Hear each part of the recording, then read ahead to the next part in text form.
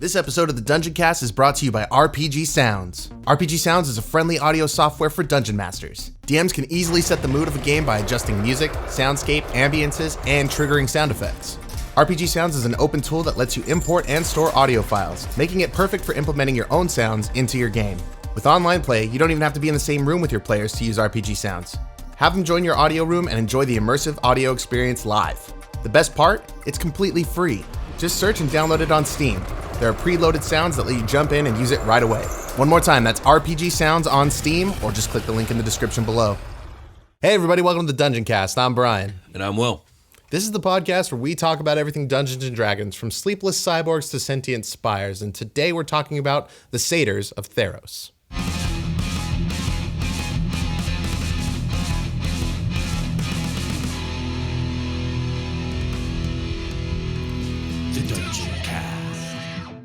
Hey, Brian.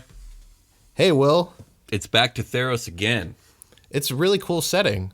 It's a very cool setting. I'm into it. It's been my biggest surprise because, as a newer player, I get overwhelmed with the amount of text that comes out for D&D. Like, how can I possibly consume and use all of it? But if you can find the time and get in there, it's been really awesome. So thank you, the Dungeoncast, for making me aware. I'm happy with Theros, and I am surprised as well, more so just because Ravnica I found rather underwhelming. So I wasn't really sure what to expect from the Magic the Gathering settings, but Theros really brought it, and I love it. And quite frankly, I'm afraid no other Magic the Gathering setting is going to measure up, but I digress. Yeah, maybe not. I mean, everything has a best of, its class. I feel like Ravnica is more of a tool than like a setting. Like, it has some really good utility to it in terms of importing things into your game, rather than Theros, which is like a setting to play in. Right. No, I agree. But let's get into it. So we have another race that we've actually talked about before in the show today, Satyrs. In our original Satyrs episode, we approached them as they are presented in the monster manual as a monster. They hadn't introduced the Satyr as a playable race yet, even though I was certain that they would eventually, even then. Just because they've done it in pretty much every edition. Right. We covered the mythological origins of this half-goat, half-human, going all the way back to the days of ancient Greece and the god Pan. We also covered the general lore about satyrs across the many classical D&D settings, Forgotten Realms most specifically. These depictions of satyrs varied from whimsical tricksters to rapacious revelers and everything in between. Theros satyrs have a lot in common with both mythological fauns and their D&D counterpart, but seem to err on the side of chaotic seekers of experience versus debaucherous gluttons unable to resist self-indulgence. It can perceptibly amount to the same thing, but for those whom intent is relevant, the distinction may be important. It may be Year of the Beholder, but it is also unofficially the year of getting more of this Theros book covered, because I like it and it's awesome. So let's get into it. That's definitely exciting. Let's get into it indeed. Indeed. So Theros satyrs are presented as beings that embody a fusion of humanoid civilization with the freedom of wild beasts, which is what is said about the demon lord Baphomet and a lot of the classic Minotaur lore. But I guess this is just not the not demonically evil version of that duality. Oh, okay. Yeah, because that's basically Baphomet's thing. Is I fuse the civility of man with the strength and brutality of nature, and I'm also super goddamn evil. These guys are the same thing, just really whimsical about it, I suppose.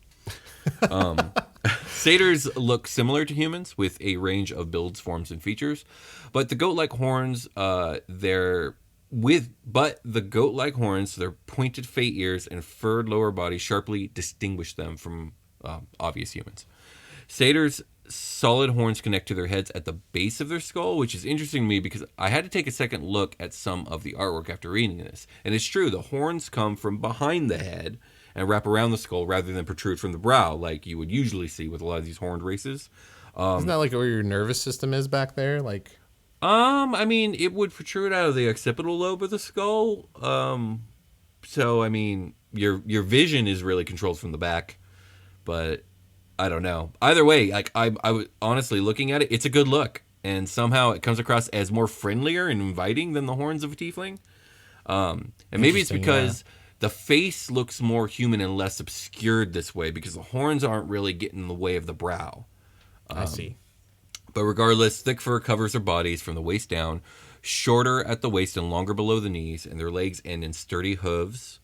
Short, soft hair grows down their neck and spine, along their shoulders, and on their forearms. So they're hairy on the level of like dwarves, or even a little bit beyond that.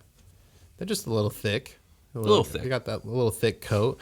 I like the idea of a satyr tricking you from like behind a bush, trying to trick you into thinking it's just a shirtless dude. I mean, yeah, but the horns give it away, and the ears too. Yeah, I guess so. That's really gonna be the takeaway from that. Yeah. Is, I little see too the tough to horns. hide. I already know. Yeah, exactly. And they're those from behind the head horns, and only one race has those. So, the Satyrs of Theros have a well-earned reputation for their good spirits, gregarious personalities, and love of revels. Most satyrs are driven by simple desires to see the world and to sample its every pleasure. While their spontaneity and whimsy sometimes put them at odds with more stoic peoples, satyrs rarely let the moodiness of others hinder their own happiness. This can be a good thing, as it allows satyrs to live a free and independent life without being brought down by the negativity of others, but may stunt character growth if a satyr lacks the empathy to understand, accept, and allow others to experience their negative emotions in their presence. Sometimes when a friend is sad, the best thing to do is listen and not necessarily attempt to cheer up said friend. Some satyrs may struggle with this concept. Satyrs view life as a blessing from the gods, and the proper response to such a gift, as far as most satyrs are concerned, is to accept it with relish. Yeah, if you're not there to move on and party, just move on and party, man. Here's some wine.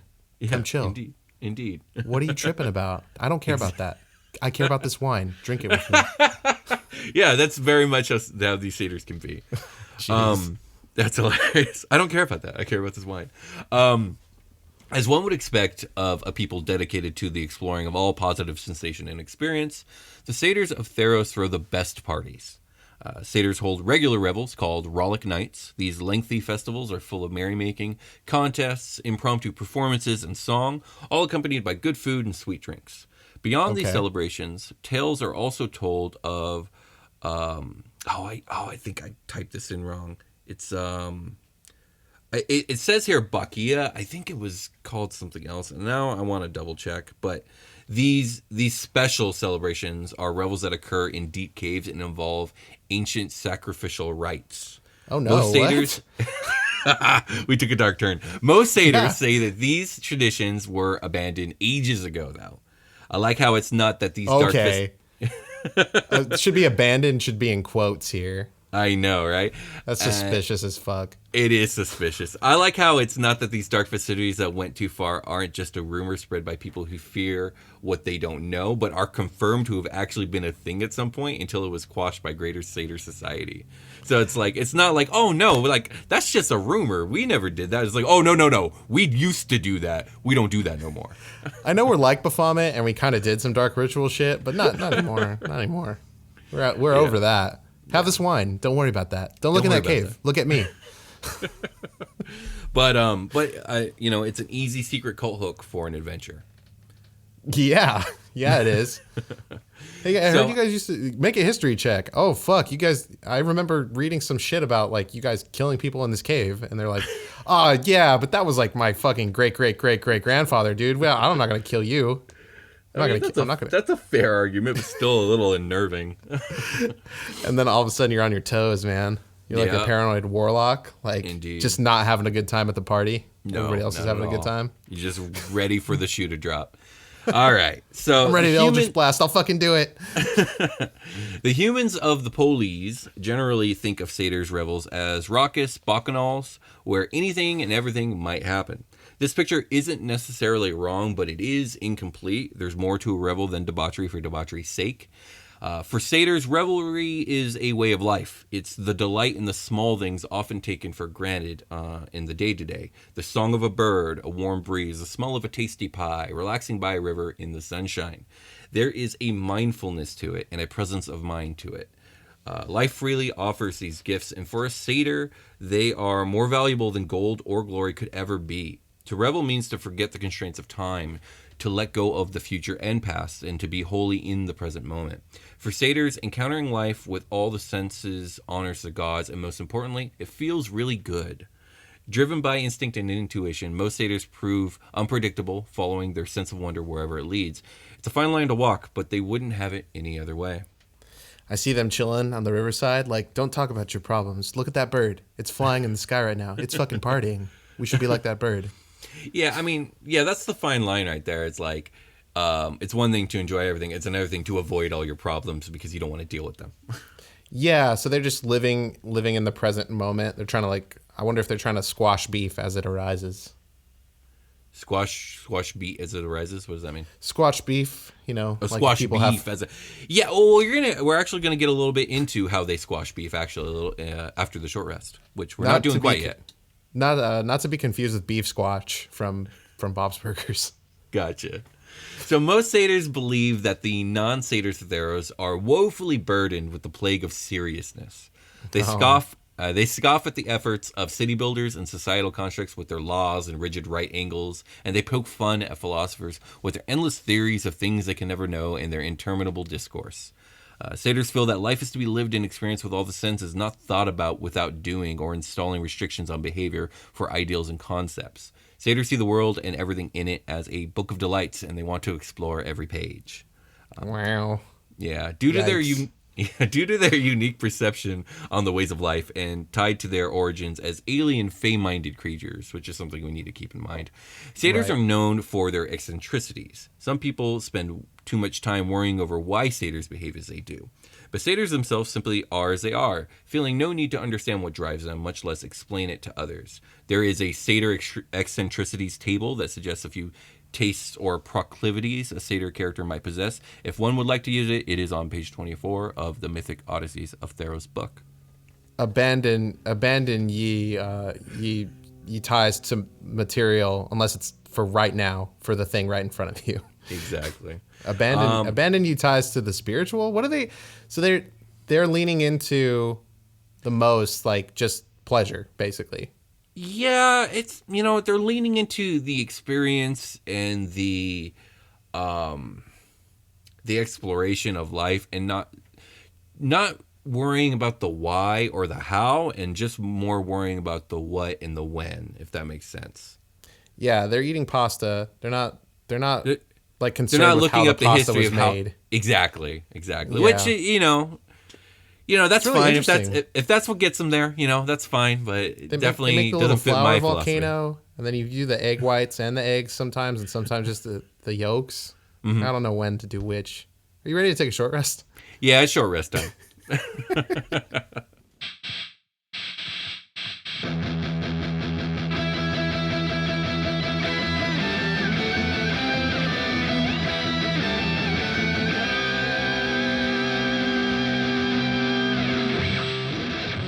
Hey everybody, be sure to check out Super Quest Saga, a future fantasy 5th edition D&D actual play podcast homebrewed and dungeon mastered by yours truly, me, and Set in Space. And I play in it, along with your special guest Jake and friend of the show, Josh Freeland. You can find it on YouTube, iTunes, or anywhere else you can get your podcasts. Super Quest Saga!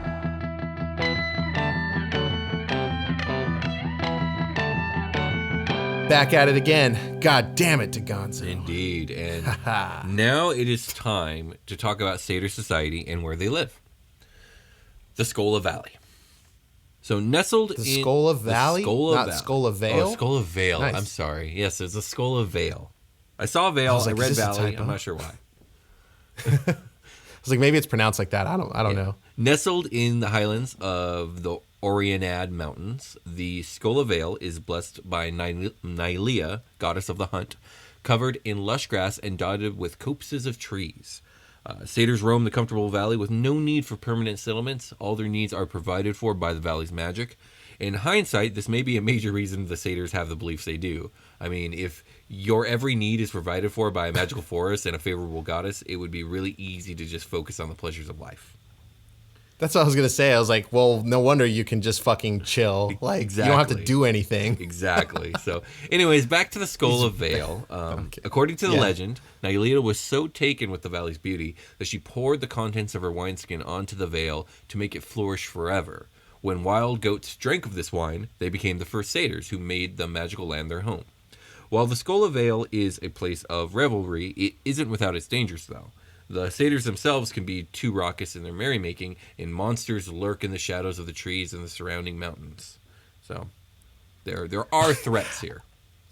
I'm trying to picture the transformation sequence that that became of drinking the wine. Yeah. You know that like when you drink booze and you're not used to it and you get like that shiver in your like esophagus or whatever. You're like, oh. Yeah. Yeah, it's that, except when you're done with it, like you fucking werewolf transformed your upper body. Indeed, into a goat man. Reverse werewolf, just the upper half.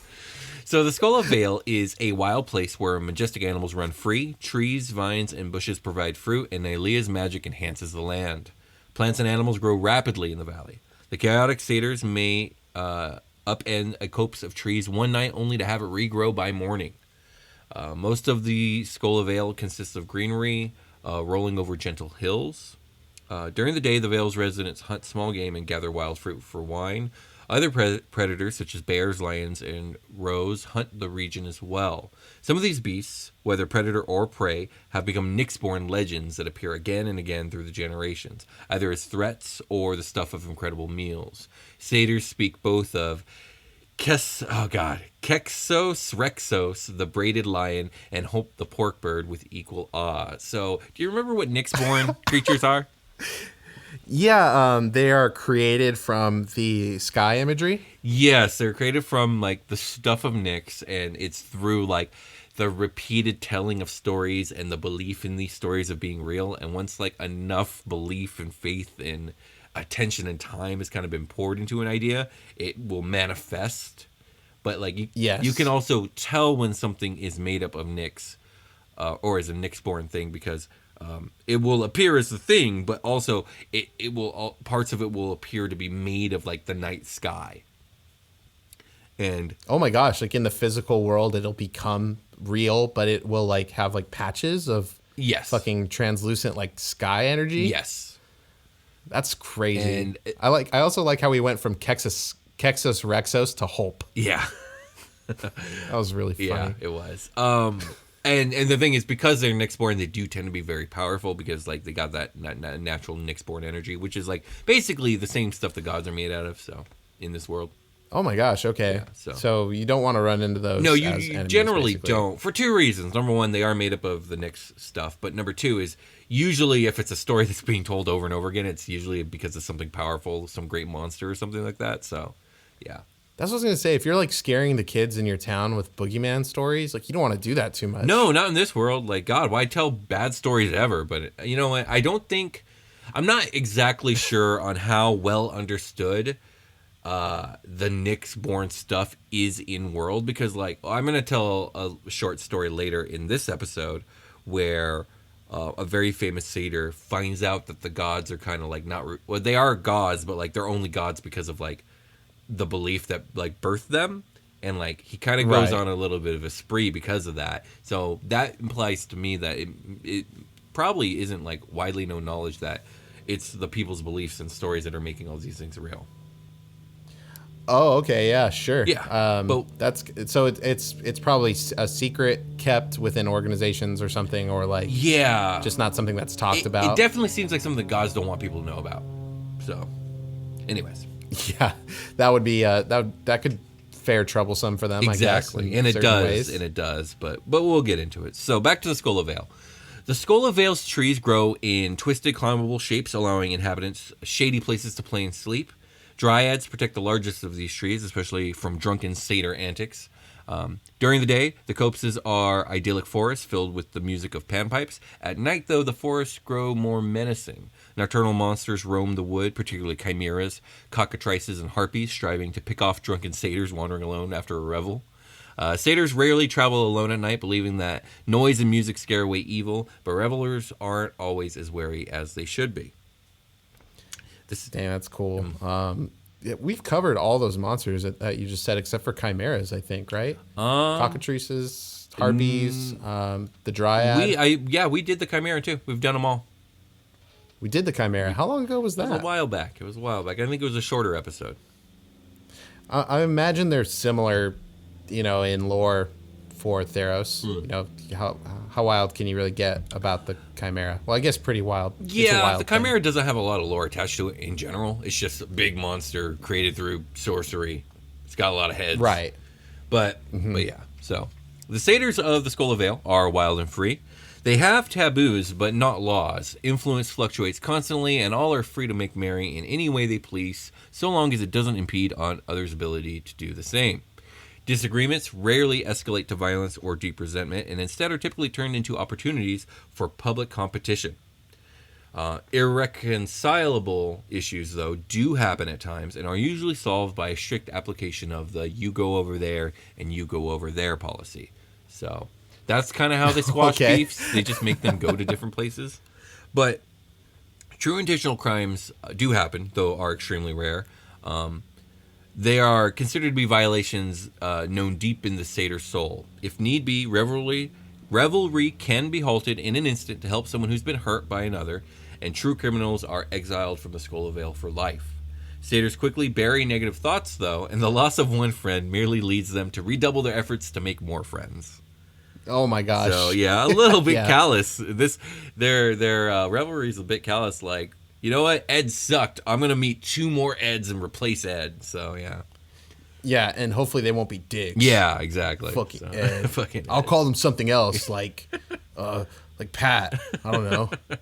I'm just picturing like really entitled frat boys running around this valley. Yeah, definitely. Yes, absolutely. They're literally like painting lines down the middle. Like, you stay over there, Ed. You suck. Yeah, that's very much how they are. So, though all satyrs be revelers, they aren't literally always doing so.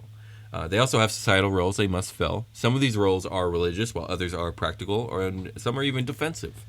Yeah, sometimes they got to go deep down in the caves to make a fucking sacrifice. So I've listed quite a few here, and we're going to get into it. So the first we're going to talk about are the Dawn Greets. Dawn Greets are satyr emissaries, explorers, and storytellers sent to other communities throughout the world. They arrange satyr-style celebrations wherever they go, spreading their people's carefree philosophies, praising Nylea, sharing news, and creating friends the Skola Vale can rely on when necessary. So This is radical. They're like a fucking party truck. yeah, they're party ambassadors, trying to inspire people to party and come help them if they ever need help, because don't they party so good? So next up we have Nylea's Favored. A circle of satyr druids, Nylea's Favored, protect the Skola Vale, restoring nature after damage by wildfires or too rowdy satyr parties. They also defend the Vale by growing dense underbrush and supporting populations of wild beasts at their territory's borders. So, like, I mean, they're just druids. Okay. Yeah, it's just, the satyrs are super tied into the goddess of the hunt and nature and all that other stuff. So, yeah, you're going to have a sector of them that, like, really, really fall into the druidic side of things. I like that it's not all just like fucking it up, like they got to take care of some stuff. Exactly, because otherwise we just go the Baphomet route, and it's just bad. Next, we are going to talk about the Sibyls. The closest people satyrs have to leaders are their Sibyls, who are blessed with limited ability to see into the future. Sibyls warn the community when danger threatens the valley, select Dawn Greets, and oversee the initiation rites of the Cult of Horns. The oldest Sibyl is a gray-furred satyr named Cressa. She insists that the more she drinks, the further she can see into the future. A little reminder that this is like a actual setting with actual characters who are alive now, very much like Forgotten Realms. That's cool. And Cressa is one of them. Yeah, I almost like my brain was like, well, it doesn't have to be Cressa, like immediately, but of course. This is the Theros setting, so it is Cressa. Yeah, although the way I would run Theros, it would be like my Theros homebrew where Cressa doesn't exist because I'm going to have my own thing. But anyways. I'm gonna call her Paula. Indeed. So while most satyrs are known for their high spirits, love of revels, and gregarious personalities, these outgoing people are neither naive or defenseless. Indeed, satyrs tend to delightedly torment stuffy individuals or pull pranks on unwary regularly pastimes that can predictably lead to scuffles. If a satyr can't talk their way out of a conflict or defuse it with a good-natured distraction, they can and will readily defend themselves, their friends, and their homes in the Skola Vale. With diversions aside, satyrs bend their cleverness toward tactics and methods of ending conflicts as swiftly as possible. This often means turning the same skills that make them famed celebrants towards battle, be it captivating performances or the aim developed through endless games of skill. Okay. So we have 2 essentially monster stat blocks for the Theros Satyr. Well, we're not going to go over the monster stat block, but there are two like types of satyr like combatants you might come across. One is called the Satyr Reveler. The other is called the Satyr Thornbearer. So we'll talk a little bit about them right now. So the Satyr Reveler, pursuing lives of endless revelry, Satyr Revelers eagerly participate in celebrations wherever they can find them. Their boisterous natures go far toward tempting others to eat, drink, and carouse with them. Faced with stodgier individuals or outright rivals, Satyr Revelers do not balk at using the magic of their music, dance, and other performances to charm opponents into joining their festivities. In the aftermath, these Satyr's foes are more likely to suffer embarrassment and groggy mornings than any lasting harm. I see. This is kind of like like a drinking rival, pretty much, is what it comes down to. Yeah, and they use their bardic magic. Like, if you come at them because you don't like the cut of their jib, they're going to use their bard magic to make you like the cut of their jib a little too much, and then wake up and be embarrassed about it and go home. I see. Okay. It's like, oh, you wanna fucking go? I'll make you go. I'll make you go all right, night. Exactly. That's exactly right. Next is the Satyr Thornbearer. So not all satyrs live lives of pure whimsy. When forced to defend their friends and homes, Satyr Thornbearers are quick to take up their bows and strike against danger. Particularly amid the dense trees of the Skola Vale, these Satyr skirmishers cooperate in loose teams using guerrilla tactics to harass foes, then melt back into the forest. The blessings of Nylea aid the satyrs in protecting their home, and a single arrow from a Thornbearer's bow might rain down like a volley from a whole army. So even in this regard, do they just get a leg up on everybody because their goddess just likes them so damn much. Nice. For sure. But ever the creatures of positive emotions, once the threat is overcome, satyrs are quick to engage in their favorite part of the battle, the victory celebration. Yeah, sounds like it. That's going to be... like every day is a victory celebration in a way. Indeed. As one would expect, when there is a mythical land of parties with a forest that provides for you, people want to go to there. Some non-satyrs looking for pleasure without consequences visit the Skola Vale, encouraged by dawn greets and tales of wild revels. After spending some time with the satyrs, dark-humored satyrs might invite outsiders to join what is called the Cult of Horns. They agree...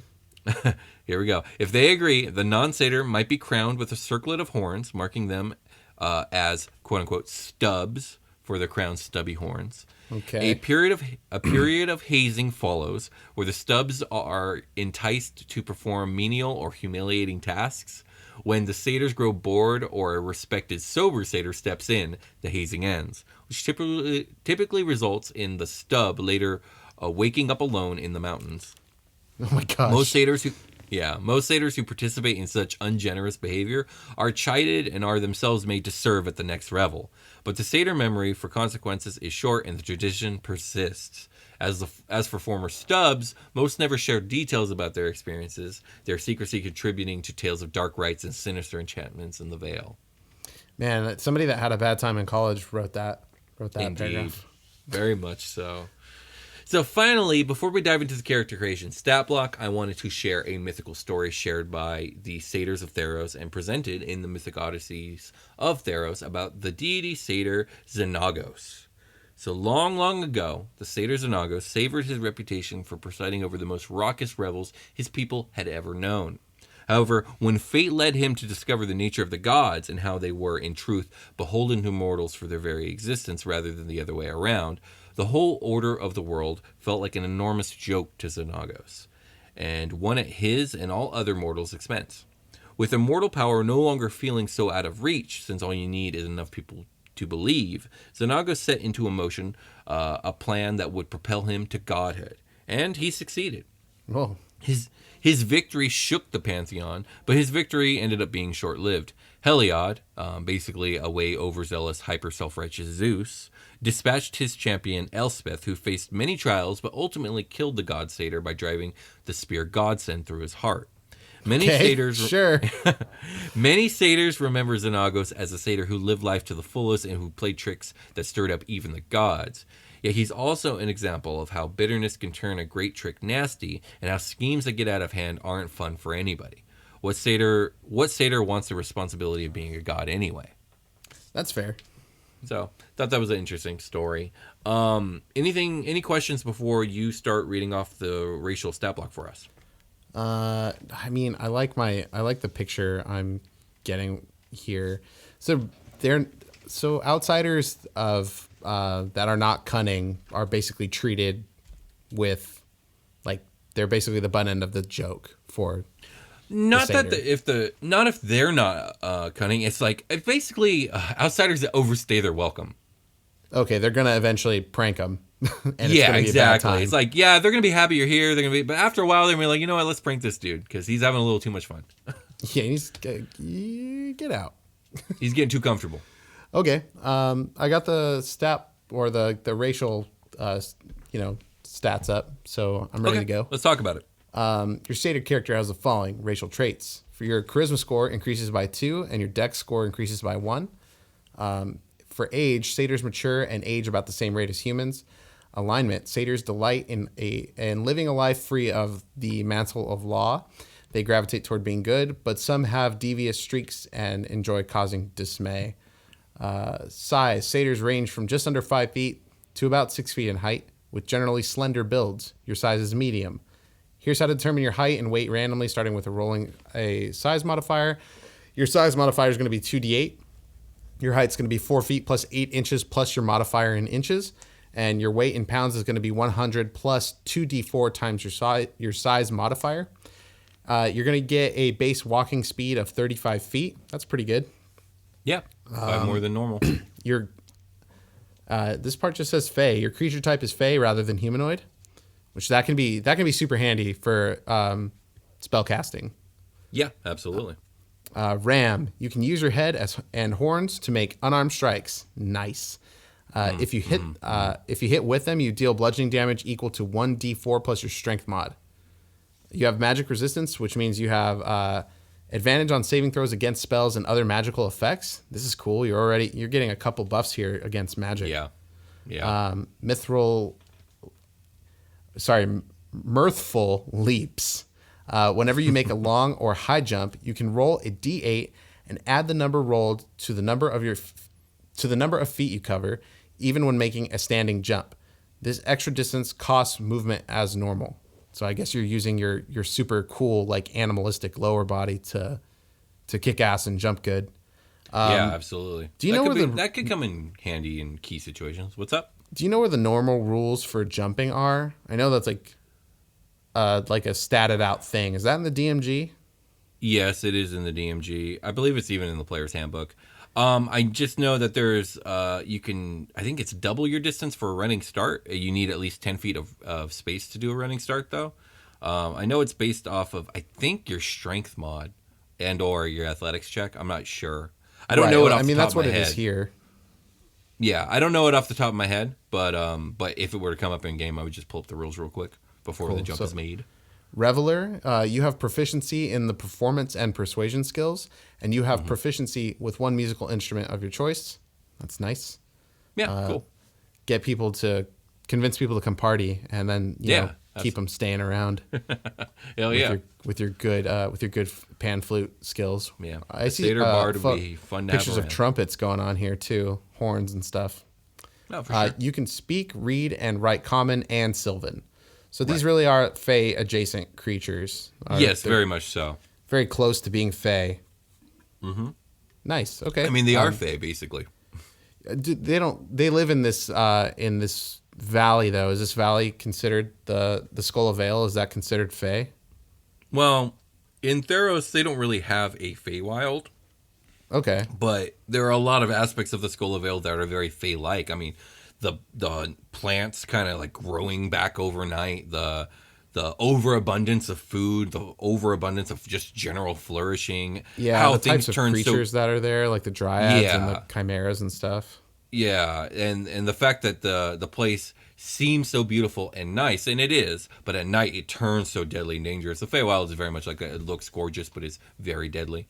Right. Yeah. Okay. Yeah. I can see the throw over here. That's all I have for the racial stat. Okay. Well, I think we can get ready for a long rest then. Yeah, let's do that. All right. This episode of the Dungeoncast has been brought to you in part by We D&D. If you like high fantasy, check out We D&D, the pot positive live tabletop role-playing experience. featuring professional entertainers from the Las Vegas Strip and beyond. New episodes of We D&D fire up every Tuesday night, live at 8 p.m. Pacific on the Art Hard Studios Twitch page. You can also join us for the Friday 420 Re-Up, where we add the newest episode of We D&D to our YouTube library for all our buds. Watch We D&D. Get crit hits. Hey everybody, welcome to the Long Rest. We're getting into it. That was a episode full of partying, and this beholder is about to get a big dose of that, I think. I think so, yes. Go ahead and tell him about the beam, Will. Okay, so I came up with today's beholder I-beam, and we're giving it a party beam. So when this beam fires off from one of its many eyeballs, one of its 10 eyeballs, it's nothing but strobe lights, party music, and the thick smell of alcohol and sweat. And when it hits its target, that target has to make a charisma saving throw against the unassailable urge to party hard. Yeah, you're like Frank the Tank in Old School, like that just had like one beer after being sober for so long. Yeah. You get hit with that beam, and exactly. all of a sudden you're streaking through the quad. Exactly. You're streaking. You start streaking through the beholder, the beholder fight. So want to tell the audience about the nice feature that we pulled from today's episode. Yeah, so you guys know how satyrs have horns on the top of their head, right? I'm not doing that. But you also know how satyrs got goat legs, right? I am doing that. The satyr is goat from the below the chin, a fair amount, and then down from there is just furry, and it's got goat legs with hooves on the end, and they're not functional. This beholder's still gonna float. So they just kind of dangle there like baby's legs. They could dangle there like baby legs, but if you get too close, instead of the bite attack, it could kick you. Okay, it could kick you right in the dick. So be careful. It's got some natural weapons. Okay, yeah, some natural dick kicking weapons. Hell yeah! So don't be a dick, or you'll get kicked. What features do we got so far? Is this number 3, right? Yeah, I was trying to pull up the thing, and then I got distracted with talking about kicking people in the dick. So okay, so I'm pulling it up right now. We are looking at we started with the Ettercap episode. So we got a web beam with spider-like tentacles. So it still has the real nasty tentacles. They're not really tentacles anymore. They're just like spider legs. Exactly. Yeah. For the Way of Shadow and the Way of Mercy, you just wrote down Twisted Tentacle, and I don't know what that means. Oh, that's our sponsor for that episode. Oh, okay. I didn't actually update the sheet after last episode, so we did give it a punch beam. Okay, you got a punch beam. Okay, what was its physical feature? No, wait. The mask? Was it wearing a mask? The physical feature, I think, was no,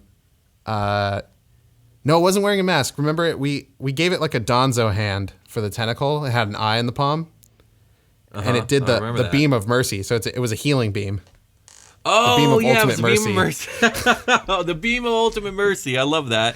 And the feature was just the hand at the end of the tentacle? I forgot what we did for the feature. I don't know if that was the feature or not. Okay, well, that could have been we'll it. Check back to that episode. And then today we got the party beam and the dangling useless goat hooves. Was there a cloak situation with the shadow monk that you added? I don't think so, no. Damn it, I have to go back and listen to my own show. Yeah. Whoops. All right. Well, we're making good progress on this beholder. Before we leave you guys today, we're going to do some Patreon shoutouts that are, I don't know if they're overdue. They feel overdue, so let's get to them. Yeah, we've had like a lot of hiccups lately with scheduling and stuff. So things are just like all over the place, and like certain holidays, baby showers, recording remotely, it all kind of happened all at once. Yeah, I had to like fucking suddenly move like an entire studio to like, another place. So like, we're getting there. Yeah. But yeah, please forgive us for kind of, it was supposed to happen last recording session, and then we had to, with our every time we do a new setup, it's like we got to figure out new things, and there are new hiccups, and we smoothed those out. So now this week we can finally get back to it. So let me pull up this. I'm still pulling up this list. I'm running out of things to say as I stall. Okay. So, what date am I starting from, Will? March 14th? March 14th, yeah. We got PAX. What up, PAX? Thank you, PAX. Thank you for upping your pledge, Black Wolf. Black Wolf. Thank you, Black Wolf. We got Patty O'Rourke. Thank you, Patty O'Rourke. Let's see. We got Some Clown. Thank you, Some Clown. Some Clown in here giving us money. Thanks. We got Brian with a Y. Thank you, Brian. I'm glad. Yeah, it just says Brian, but I had to. My name has an I in it for anybody that. Thank you, Brian with a Y. Yeah. So this guy is going a different route with the naming thing. Well, I guess whoever named you did. We also have Jeremiah the Bullfrog. Thank you, Jeremiah. Thanks, Jeremiah. We also have Luke Slater. Thank you, Luke. I wanted it to sound like I was going to say Luke Skywalker for a second, and then like kind of like break people's ankles and go left instead of right. Zag on them, as they say. Thank you, Luke. We got Robert D. Rowland. Thank you, Robert. Robert D. Rowland. Okay, thank you also, Lori Kudstall. Thank you, Lori. Oh dang, we got ZP coming out the chute. Thank you, ZP. Thank you, ZP. Coming out the chute, we also got Mark Maurice. Thank you, Mark. And also Jonas Mahler. Thank you, Jonas. Is it Mahler? Would you say Mahler? Mahler? I would say Mahler. Okay, Yeah, that's what I would say. I would say Mahler. Yeah. And we also have the Exiled One. It's the Exiled One. Thank you, Exiled One. Oh, and we also got Dylan. Thank you, Dylan. I'm really getting my air horn warmed up. Shit. Indeed. We also have Miskin Basket. Thank you, Miskin Basket. Thank you, Miskin Basket. And Joaquin Lippincott coming out the chute. All right. All right, Thank Joaquin. you, Joaquin. Thank you. Thank you. And then last but not least, Brock Toughnut. Thank you, Brock. Thanks, Brock Toughnut. We appreciate all of you guys very much. I hope that you are enjoying your bonus content, especially those of you who came in at the $20 level that got the air horns that know what the fuck is up. You're gonna get your special Indeed mug. And yeah, we're using like a Google Drive system. So like there are files uploaded to Patreon that you can go check out still. But everything that we do, I converted it all to Google Drive links. Depending on your tier, you get access to one of them. So if you're like in the $10 tier, let's say, and you're getting access to all of our OST, including like the Super Quest Saga stuff, those are all just like in an OST folder, and you can go and like they're separated by show, pretty much, and that's it. That's what it is. So like you can go check out all of our live play action adventures, the actual play stuff. I don't know what we call that stuff, real play. I don't know. We recorded us playing Dungeons and Dragons. So like whatever you call that. We have a ton of that. Flashbang and the Surgeon is one of those shows. And then we have the Dungeon Chats, which we should be getting back to pretty soon, as well as Vault Raiders 4 should be uploaded there, but there's still Vault Raiders 1 through 3. And lots of other stuff. With all of our scheduling stuff and like the hiccups and things that have been going on, it's been hard to get to Patreon uploads, but I kind of foresee the smoke clearing a little bit for that very soon. Yeah. So yeah, that's the jam, guys. Thank you so much for your support. You can find us on patreon.com/Dungeoncast. You can find us on Instagram and Twitter, where we are running a contest for the latest release from Wizards of the Coast, putting out Von Richten's guide to damn it, Will, help me. Did I get it? Did I even get the first part right? Van Richten's Guide to Ravenloft. Damn, I got Van Richten We're giving right. away 2 copies, one on Twitter, one on Instagram. For Twitter, all you got to do is share a link to your favorite episode of this show or Super Quest Saga with the hashtag Dungeoncast, and you'll be entered to win. We'll be announcing the winner on the day of release. I believe that's May 16th. It might be May 14th. But whatever the release date is, that's the day we'll be announcing the winner. And then there is another way to enter the contest, but that's on Instagram. Yeah, give us till like the day that book comes out. Give us till we'll probably announce it before that, but give us till like midnight that day. So like 11:59 of the release day. That's sure. We typically have to reach out to people to see if like they are real, when we Yeah, they get I mean, I selected. don't know if I've ever reached out to someone that wasn't real on my end. Me neither, but like so I have reached out to people that didn't answer. So it's like, okay, well, like, sorry, I have to pick somebody else. Yeah. So that can take time. I usually try to give them like a fair amount of time to respond. But Right. you know, there's that. So if you're entering the contest, just like keep an eye on your inbox that day because it might be us. Indeed, it might be. Do you have anything else before we call it a game? No, I think we can call it a game, and we'll talk to you guys later. All right, bye.